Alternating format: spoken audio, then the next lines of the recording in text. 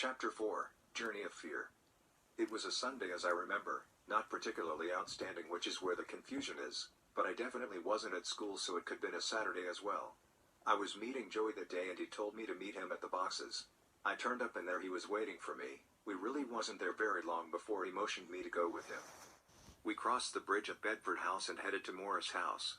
I did notice that he didn't talk much, just kept positioning me with his hand as you would a small child, although I guess I wasn't a great deal more than that at the time. I was heading towards his house, but again he guided me to turn down by Morris House, which was just yards from my actual house. Indeed, I did look as we passed my street to see if Nan was out on the front in her housecoat and slippers, which she pretty much lived in. Of course she wasn't there, and as we reached the corner of Morris House he directed me behind the sheds, which I thought strange, but I went along anyway. Joey seemed to lag behind a little as we walked down the alley between the sheds, and as I got to the corner my world went black. Everything moved very quickly and quietly. I protested in some way, although after all these years I cannot remember what I did say. I was picked up and carried. My skinny frame no match for the strong arms that were carrying me. I was placed in some form of vehicle and made to lay down. The floor was very cold but hard, and I'm guessing it was a van I was in at that moment. Fear is a funny thing and can make us behave in strange ways, and I was no different. I actually thought I knew what it was like to be scared, but I'd just encountered a whole new level of it and actually knew what it's like to be terrified. The journey couldn't have taken more than 2 or 3 minutes. My recollections are vague as I was battling the terror I was feeling inside, wondering why this was happening. The short journey ended almost as quickly as it had begun, and I was manhandled out and almost immediately was climbing stairs. I was put in a bare room and the door was shut. A bolt snapped shut, a noise I was to hear countless times over the next 2 days. My prison, as that's exactly what it was bare, with just a mattress on the floor. The smell was musty like damp, but worse. The mattress was very smelly, a smell that stayed with me all these years. Sweat and filth. Horrible smells I had to get used to. I could hear noises all the time. Doors opening and closing and stairs being climbed. It seemed very busy, but the one thing I remember more than anything else was the fear. I was in the room for an unknown amount of time. It could have been as short as 30 minutes or as long as 2 hours. I have no idea, but eventually I heard the bolt snap back and the door was pushed open. The sight of 3 figures stood there with Guy Fawkes masks on was something I'll never forget for as long as I live. The fear at the thought of what was happening to me was soon replaced by searing pain as I was held down and mercilessly violated in the worst way I could ever have imagined possible. Why was this happening? What was happening? Am I going to die? All these things went through my mind. I have no idea how long this onslaught lasted, but I was battered and bruised. I was shocked by the violence of the situation, almost numb with fear, but my other senses were racing. Not even the screams or tears of a little boy frightened for his very life had any effect on these people. I think someone was laughing, but again my recollections are vague now. Afterwards I heard the bolt snap shut again and I just sobbed my heart out, praying it was all over. Alas, it was not, and I was brutalized on many more occasions, although I eventually switched off to the abuse that was happening to me and slipped into a happier place where I wasn't hurt. It's strange, but at the height of it I actually cannot remember what happened to me, as I seemed to leave my body while it was going on. I've been asked if I was drugged, but I was 11, how would I know if I was or not? Drugs were not part of my life. I was a tree-climbing young boy. I was a good boy, not particularly naughty. My life was different now and I knew it. How could I ever speak of this? Would I ever get the chance to tell anyone about this? Would I ever leave this hell? Would the masks keep me here forever? These and others questions more sinister went through my mind, and I really did think I would be murdered. If only I'd told Nan or Uncle Tony, I know this would not be happening now. Uncle Tony was a Marine. He'd kill these people and I'd be safe. But no, I was on my own and facing the terror on a daily basis, sometimes 4 or 5 times in one night. It ended almost as quickly as it started. The bolt snapped back and I steeled myself ready to block out the inevitable assault. Instead, only one mask was standing there, and they came straight to me, threw me into darkness again, and lifted me and carried me yet again. I felt a change in temperature and guessed I was in the open.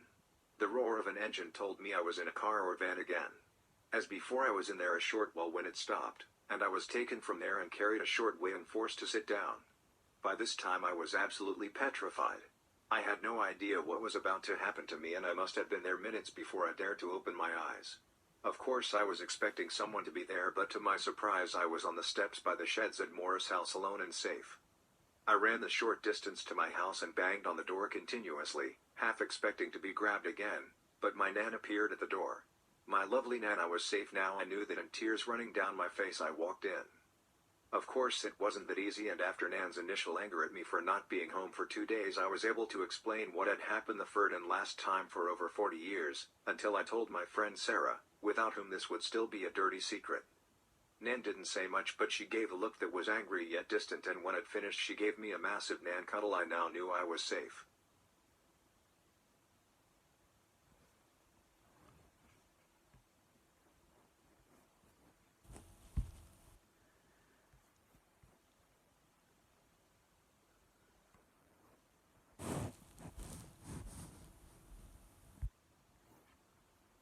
I turned up and there he was waiting for me.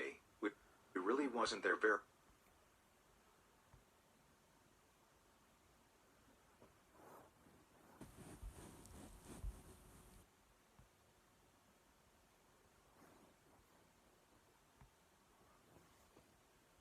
Chapter 5, The Aftermath.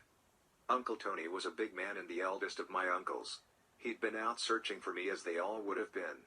I wonder if any of them walked past my prison unaware of what was happening to me. As soon as he entered the house he was angry and went for me, for putting my family through the pain and worry of the past 2 days. My Nan stopped him in his tracks just by saying, "No, leave it." I still don't know what was said to this day. Who knew or didn't know? I was told it would be sorted and I was never to talk of it again. Of course that wasn't the end of it. How could it be? I'd been violated in the most horrible way a person could be, and I was hurt and humiliated into the bargain. I think I'd have killed myself if I'd had the guts, but I didn't. Nan was brilliant. I can't really say much else. She changed that day, even I could tell that. Of course there was much discussion about what had happened to me, but one thing that did change was that she always made sure where I was, and I had to let her know who I was with and what time I'd be in. 43 years has passed since I was raped, and of course Nan's been gone many years now, but I still miss her very much. She raised me as her own and did her very best to make my life as happy as could be, and I'll miss her till the day I die. I learned to live with the atrocities I had been subjected to. Of course I never ever forgot and never really trusted many people again. I guess what happened to me probably affected me far more than I thought at the time, especially when it came to relationships.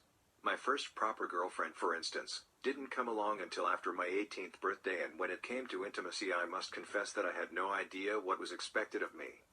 I was never the same nice boy after that and had many run-ins with the law. I never forgot what happened. How could you? It was always there in my mind. I've relived and wished I could go back and stop it, but of course I can't, so I just got on with life and hardened up. I had to. I know who my first abuser is.